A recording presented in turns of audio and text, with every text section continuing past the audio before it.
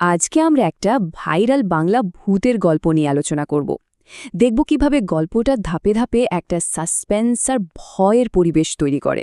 মানে একটা সাধারণ খেলনা থেকে কিভাবে এটা একটা ভয়ঙ্কর প্রতিশোধের কাহিনী হয়ে দাঁড়ায়। তো চলুন আর দেরি না করে গল্পটার গভীরে যাওয়া যাক।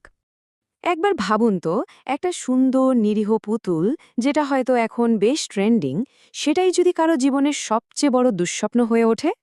এই প্রশ্নটা দিয়েই কিন্তু গল্পটা শুরু। আর সত্যি বলতে, এই ভাবনাটাই যেন শিরদাঁড়া দিয়ে একটা ঠান্ডা স্রোত বইয়ে দেয়। গল্পের শুরুটা কিন্তু ঠিক এমনই ছিল, রিয়ার শুদ্ধ আনন্দ আর মুগ্ধতা দিয়ে। এই কথাটা শুনলে কে বলবে যে সামনে কি ভয়ঙ্কর ঘটনা অপেক্ষা করছে? মানে ভবিষ্যতের ভয়াবহতার সাথে কি অদ্ভুত একটা বৈপরীত্য, তাই না? আর এটাই গল্পটাকে আরও জমিয়ে তোলে। তো গল্পের প্রথম পর্বে আমাদের পরিচয় হচ্ছে গল্পের প্রধান চরিত্র, আর সেই জিনিসটার সাথে যেটা একটু পরে হয়ে উঠবে আতঙ্কের মূল কারণ। গল্পের প্রধান চরিত্র রিয়া থাকে দিল্লিতে, আর 5 জনের মতোই ও সোশ্যাল মিডিয়ার ট্রেন্ড দেখে খুব আকৃষ্ট হয়। তো ইনস্টাগ্রামে এই লাবুবু পুতুলটা দেখে ওর এতটাই পছন্দ হয় যে ওর সাথে সাথে একটা অর্ডার করে ফেলে। যখন পুতুলটা হাতে পায়, গোলাপি চুল আর ঝকঝকে দাঁত দেখে সে তো মহা খুশি। নামও দিয়ে দিল লাবুবু কুইন। কিন্তু তখন কি ও জানতো যে এই দেখতে নিরীহ পুতুলটার ভেতরেই লুকিয়ে আছে এক ভয়ঙ্কর অন্ধকার রহস্য? তো এই আনন্দের পর্বটা কিন্তু খুব বেশি দিন টিকল না। এবার গল্পটা একটা অন্য দিকে মোড় নিচ্ছে, অস্বস্তির দিকে। এখান থেকেই শুরু হয় সেই সব অলৌকিক ঘটনা যা ধীরে ধীরে রিয়ার জীবনটাকে একটা দুঃস্বপ্নে পরিণত করে দেবে। এখানেই কিন্তু ভয়টা ধাপে ধাপে বাড়তে শুরু করে। দেখুন কিভাবে ঘটনাগুলো ঘটছে। প্রথমে পুতুলটার জায়গা নিজে থেকেই বদলে যাচ্ছে, যেটা হয়তো মনের ভুল বলে উড়িয়ে দেওয়া যায়। তারপর পুতুলটার পেটে একটা লাল দাগ, যেটা কিছুতেই মুছছে না। ব্যাপারটা একটু অদ্ভুত, তাই না? এরপর রিয়া স্বপ্ন দেখছে পুতুলটা ওকে কামড়াচ্ছে, আর ঘুম থেকে উঠে দেখে পুতুলটা সত্যি সত্যি ওর বুকের উপর। ভয়টা আরও বেড়ে গেল।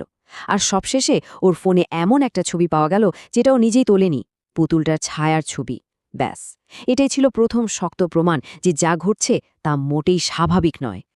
তো রিয়া যখন এই ভয়ঙ্কর অভিজ্ঞতার কথা ওর মা চাঁদনি আর বোন নেহাকে বলে, ওরা কেউই ওর কথা বিশ্বাস করে না।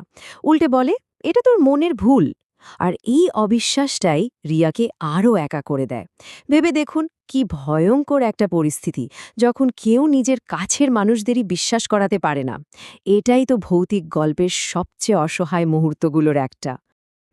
এতক্ষণ যা হচ্ছিল তা ছিল শুধু ভয় দেখানো, কিন্তু এবার গল্পটা মোড় নিচ্ছে সরাসরি আক্রমণের দিকে। পুতুলটা আর শুধু ভয় দেখানোর মধ্যে সীমাবদ্ধ নেই, ও এবার হামলা করতে তৈরি। আর এখান থেকেই শুরু হয় রিয়ার জন্য সবচেয়ে ভয়ঙ্কর মুহূর্তটা।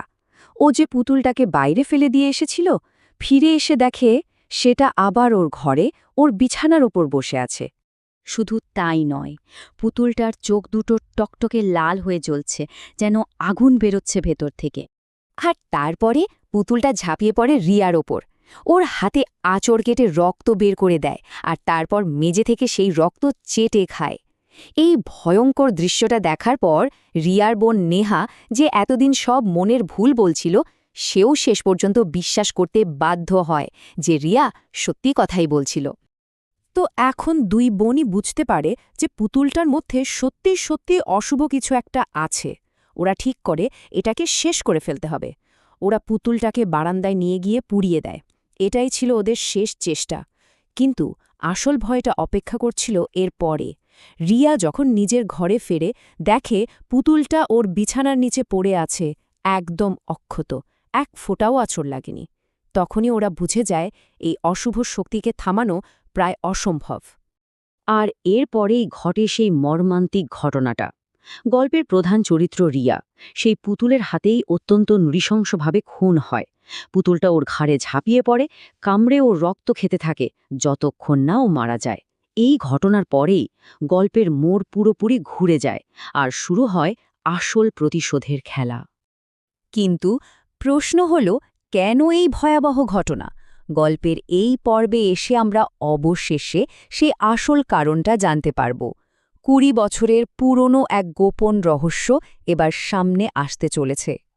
এই একটা মাত্র কথাতেই পুরো গল্পের রহস্য পরিষ্কার হয়ে যায়। পুতুলটা হঠাৎ রিয়ার মা চাঁদনীকে ডেকে ওঠে, চন্দা আন্টি, আমাকে ভুলে গেছো তুমি? আমি আরাফ। এই সংলাপটা শুনেই আমরা বুঝতে পারি এই আত্মা আসলে বাইরের কেউ নয়, সে এই পরিবারকে আগে থেকেই চেনে, আর তার নাম আরাফ। চাঁদনী যখন চিৎকার করে বলে, বেরিয়ে যা আমার বাড়ি থেকে, তখন পুতুলের ভেতর থেকে আরাফের আত্মা শান্ত কিন্তু দৃঢ় গলায় উত্তর দেয়, এটা আমার বাড়ি। আর এই একটা উত্তরেই গল্পের সবচেয়ে বড় অপরাধটা ফাঁস হয়ে যায়। তার মানে এই বাড়িটা চাঁদনীর নয়, ও এটা দখল করেছে। ঘটনাটা আসলে ২০ বছর আগের। বিধবা চাঁদনী তার ২ মেয়েকে নিয়ে আরাফ আর ওর মায়ের বাড়িতে একটা ঘর ভাড়া নেয়। কিন্তু লোভের বশে চাঁদনী একটা ভয়ঙ্কর পরিকল্পনা করে। ও আরাফ আর ওর মায়ের খাবারে বিষ মিশিয়ে দেয়। শুধু খুন করেইও থামেনি, এরপর ওদের মৃতদেহ ওই বাড়ির মধ্যেই পুঁতে দেয় আর পুরো বাড়িটা নিদের বলে চালিয়ে দেয়। ভাবা যায়, এই ভয়ঙ্কর পাপের ফলই ২০ বছর পর প্রতিশোধের আগুন হয়ে ফিরে এসেছে। এবার গল্পের একদম শেষ পর্যায়, যেখানে সেই অতৃপ্ত আত্মা তার রক্তাক্ত প্রতিশোধ পূরণ করতে ফিরে এসেছে। তো শেষে যা যা ঘটতে চলেছে সেটাকে শুধু ভৌতিক ঘটনা বললে ভুল হবে। এটা আসলে একটা দীর্ঘ প্রতীক্ষিত প্রতিশোধ। ২০ বছর আগে যে অন্যায় করা হয়েছিল, এবার তারই বিচার হওয়ার পালা, প্রকৃতির নিজস্ব ভয়ঙ্কর নিয়মে।